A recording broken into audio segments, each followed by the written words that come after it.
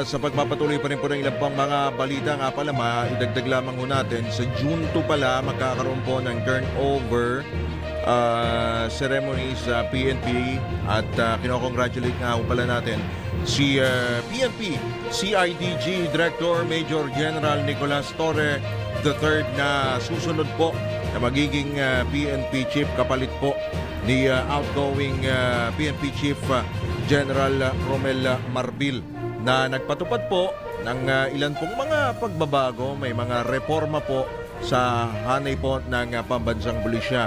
At pag-upo pa lamang kanina, nabasa ho natin at napakinggan nyo naman ho, yun pong dalawa ba yun? Tatlong pulis na nahuling nagsiselfon po diyan po sa Maynila. Yung dalawa nagte-text, yung isa naglalaro ng online games sa may bandang Ermita at Malate. Well, pagka upo pa lamang ho niya, agad po niyang ipinag-utos yan. Yung bawal nga po na gumamit yung mga pulis habang bawal gumamit ng cellphone habang naka-duty. At ipinatupad din po ito pong bloodless approach po sa kampanya kontra illegal na droga. Ilan lamang po yan, pati po yung sa paglansad sa mga Pogo Hub, alinsunod rin po sa kautusan ni Pangulong Bongbong Marcos. Sino pa ba yung mga, meron pa bang mga babalasahin today?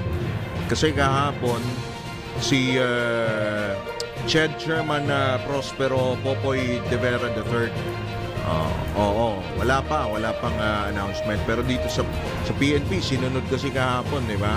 In-announce ni ES Lucas Bersamin si General Torre. Pero nagpapasalamat din tayo dahil naitawid ho natin ang maayos ang nakaraan pong halalan, ito pong midterm elections.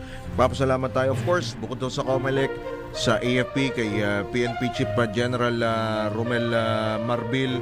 At maraming salamat po dahil po sa inyo pong marami pong mga ipinatupad na reforma at mas naging disiplinado na po ang professional, tumaas po ang moral ng mga LESPO at naramdaman po ng komunidad na ligtas po ang publiko at syempre dahil po sa pinaigting po na police visibility, lalo po dito sa Metro Manila, kung inyo po makikita, maraming police po na naka-deploy dyan po sa mga pangunahin pong lugar, mga matatao pong lugar. At syempre sa kanya pong termino ni General Marbil, ang motto po niya na sa bagong Pilipinas, ang gusto po ng LESPO ay ligtas ka. Yan po ay naging totoo naman po.